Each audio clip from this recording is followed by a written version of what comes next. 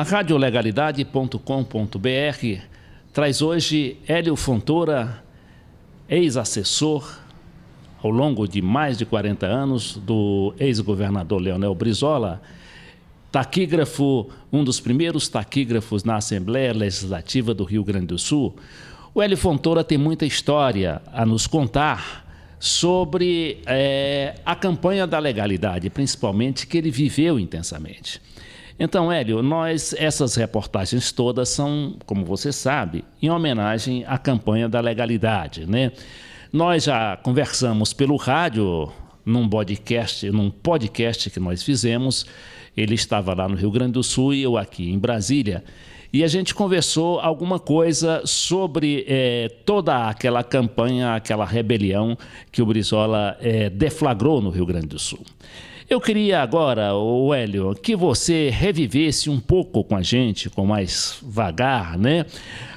Aqueles instantes assim decisivos, determinantes naquela luta histórica liderada pelo Brizola. Eu gostaria de iniciar dizendo que a campanha da legalidade foi o último movimento autenticamente popular no Rio Grande do Sul em defesa da legalidade democrática e do cumprimento da Constituição. Foi uma época em que o doutor Leonel Brizola mostrou que era aquele gaúcho autêntico que não se conforma com violência nem com pressões. Ele tentou, inclusive, fazer um contato com Jânio Quadros quando ele foi a São Paulo, convidando ele para voltar ao Rio Grande do Sul e, se fosse o caso, resistir contra os militares. Mas ele conversou com o Castelo Branco, que era assessor de imprensa do presidente Jânio Quadros, e ele declarou que não havia mais nada a fazer, que o presidente Jânio Quadros, na realidade, tinha desistido do seu mandato. Que na realidade o Brizola achou que o Jânio tivesse renunciado, né? Aliás, não tivesse renunciado, tinha sido pressionado. Tivesse sido pressionado a renunciar, né? Que no caso seria um golpe de Estado tranquilo, mas na realidade o Jânio renunciou, né? Eu tenho a impressão de que o Jânio renunciou, tentou dar um golpe, renunciou para voltar aos braços do povo, como fez o doutor Getúlio Vargas, e o golpe não deu certo. Correto. Então, e nessa história de golpe, os militares acabaram assumindo o poder, né? Colocando lá um fantoche, que era o presidente da Câmara, o deputado Ranier Mazzilli, e logo em seguida anunciaram o veto formal à posse do vice-presidente, que era o João Goulart, e que tinha sido eleito juntamente com o Jânio Quadros, ainda que em chapas diferentes. É verdade. Naquela época, as chapas se votava para presidente e para vice-presidente separadamente. E o doutor João Goulart, 2 vezes, foi eleito vice-presidente na chapa e depois assumiu o mandato. Ô, Hélio Fontoura, tem um problema muito sério aí no relacionamento do Brizola com o João Goulart, sobretudo porque ele aceitou o parlamentarismo. Nós aqui da Rádio Legalidade, e que somos todos do PDT, né, e somos todos brizolistas, nós temos até um certo receio em entrevistar as pessoas, porque elas não se conformam com aquela atitude do João Goulart. Eu, pessoalmente, interpreto como sendo temperamentos diferentes, né? Temperamentos, o Brizola era o homem do confronto e o João Goulart era o homem da conciliação, da contemporização, que o Brizola achava que naquele momento não poderia ser outra, senão o do confronto, né? O momento do confronto, e o João Goulart acabou aceitando o parlamentarismo. Como é que você, amigo do Brizola, auxiliar do Brizola, como é que você viveu aqueles momentos terríveis, né? Aqueles momentos muito tensos que não sei por que não acabou dando num rompimento assim brusco entre os dois? A verdade é problema de posicionamento de cada um. O doutor Brizola sempre foi homem de luta. Eu tenho para mim que se o doutor João Goulart tivesse endurecido, na realidade ia haver um confronto, ia haver luta, ia haver gente morta, mas quem sabe hoje o país seria diferente. Mas depois dessa reunião a reunião no Palácio ainda, inclusive com o Tancredo Neves, já na época, conversaram e o doutor Jango aceitou o parlamentarismo. O doutor Brizola, que estava na reunião, disse: olha, Jango, sabe que a minha posição é diferente, eu acho que nós devíamos resistir. Em todo caso, a resolução final é tua. Eu faz 3 dias que não durmo e agora eu vou dormir, a decisão é tua. E foi embora da reunião. Então, no caso, o Brizola se curvou, né? A posição que era do João Goulart, a posição de conciliação, e acabou dando no que deu, né? Que foi, logo depois, o presidente assumiu de uma forma fragilizadamente, né? Ele estava muito fragilizado, houve aquela reação do plebiscito, o plebiscito deu uma maioria também muito grande ao presidente, mas o golpe já estava em marcha e foi difícil de conter. Aliás, impossível de conter o golpe de Estado. E aí depois foi o exílio, né? E nesse exílio, Hélio, você também teve um relacionamento muito aproximado, ainda que separado, ainda entre os dois países. Afinal de contas, o Brizola estava no Uruguai, e o Uruguai é muito perto do Rio Grande do Sul. E me disseram que você, de vez em quando, ia lá.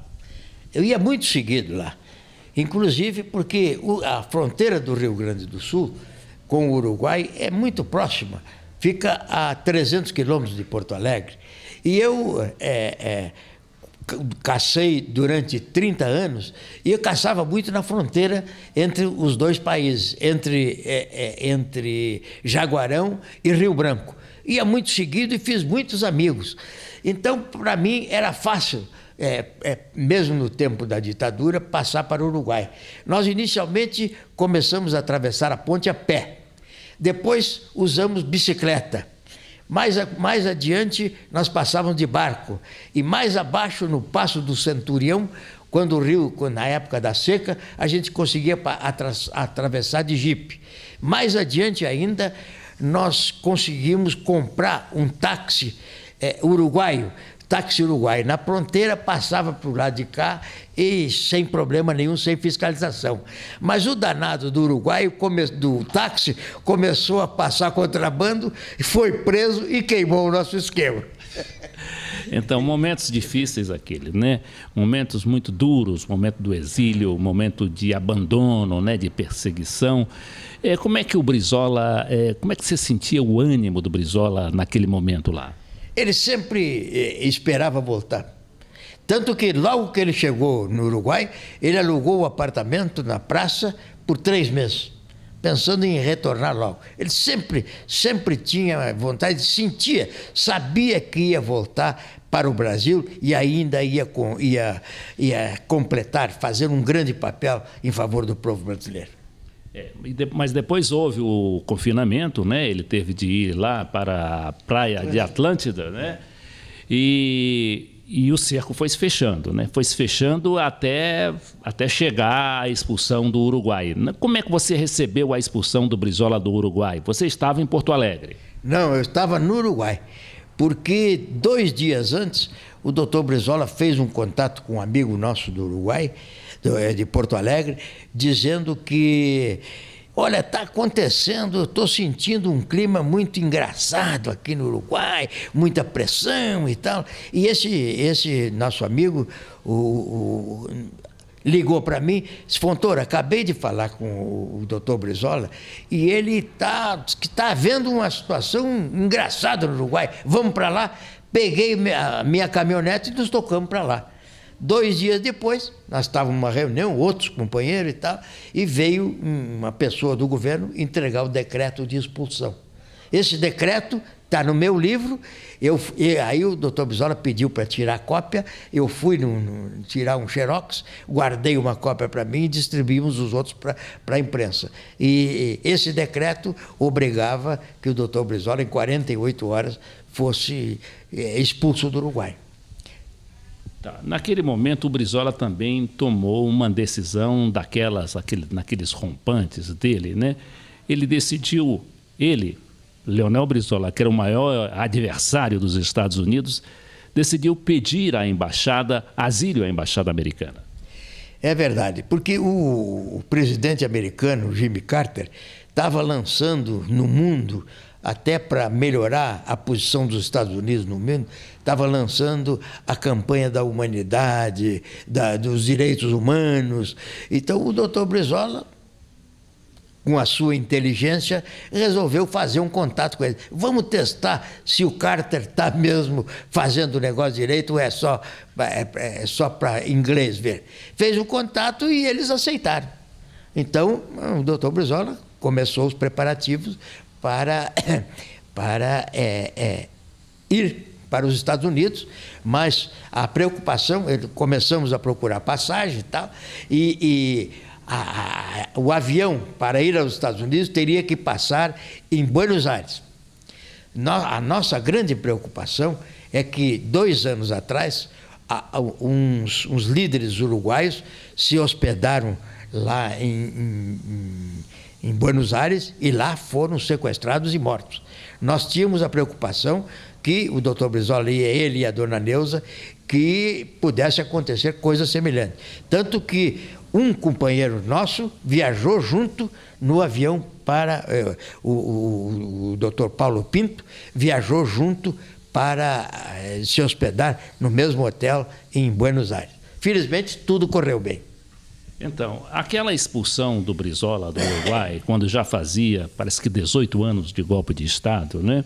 Aquilo acabou recolocando o Brizola no cenário nacional e depois internacional, porque ele foi expulso, ele pediu asilo à Embaixada dos Estados Unidos, os Estados Unidos concederam o asilo e, a partir dali, ele começou a também fazer os contatos com a Europa e também aliás, na Europa com os sociais-democratas, né, através da Internacional Socialista, do Mário Soares, que era presidente, aliás, chanceler, ou era primeiro-ministro de Portugal.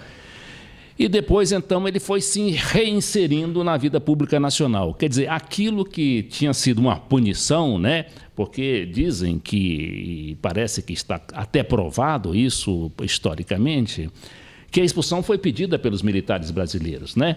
E os militares uruguaios, que eram muito solícitos, que eram muito dependentes dos militares brasileiros, resolveram dar esse prêmio aos militares brasileiros. É verdade. Foi pressão do governo brasileiro, porque achavam que o doutor Brizola estava muito perto do Brasil e do Rio Grande. Eles sempre tiveram muito medo da posição política e do prestígio do doutor Brizola. Foi pressão do governo brasileiro. E isso, no fim das contas, foi um benefício, ficou bem. Tanto que ele chegou nos Estados Unidos, o Mário Soares mandou entregar um passaporte português para o doutor Brizola. Ele andou por toda a Europa, inclusive nas reuniões da Internacional Socialista, com o passaporte português. Então, Hélio Fontoura, nós estamos terminando esta entrevista e você se referia há pouco a seu livro, onde você conta em mais de 300 páginas, né, toda a vivência que teve com Brizola e depois o seu período também, que você teve afastado no Rio Grande do Sul, mas que conservou o liame, né, conservou os contatos com o Brizola. Eu pergunto a você, hoje, né, distanciados já há 7 anos da morte do ex-governador e 50 anos da legalidade, como é que você acha que fica, né, essa questão, como é que fica a imagem do Brizola para a população, para a história do Brasil? Sem dúvida nenhuma, o doutor Brizola foi um dos homens públicos mais importantes que teve no Rio Grande do Sul e no Brasil. Era um homem dedicado à educação. O nosso país não tem solução se não cuidar da educação das nossas crianças. E isso foi sempre toda a luta dele. No meu livro, que levei 2 anos para completá-lo, eu levantei tudo o que o doutor Brizola fez em matéria de educação na Secretaria de Obras Públicas, na Prefeitura de Porto Alegre, no Governo do Estado e no Governo do Rio de Janeiro. Nós agradecemos a presença do Hélio Fontoura, ex-assessor pessoal do ex-governador Leonel Brizola, para radiolegalidade.com.br.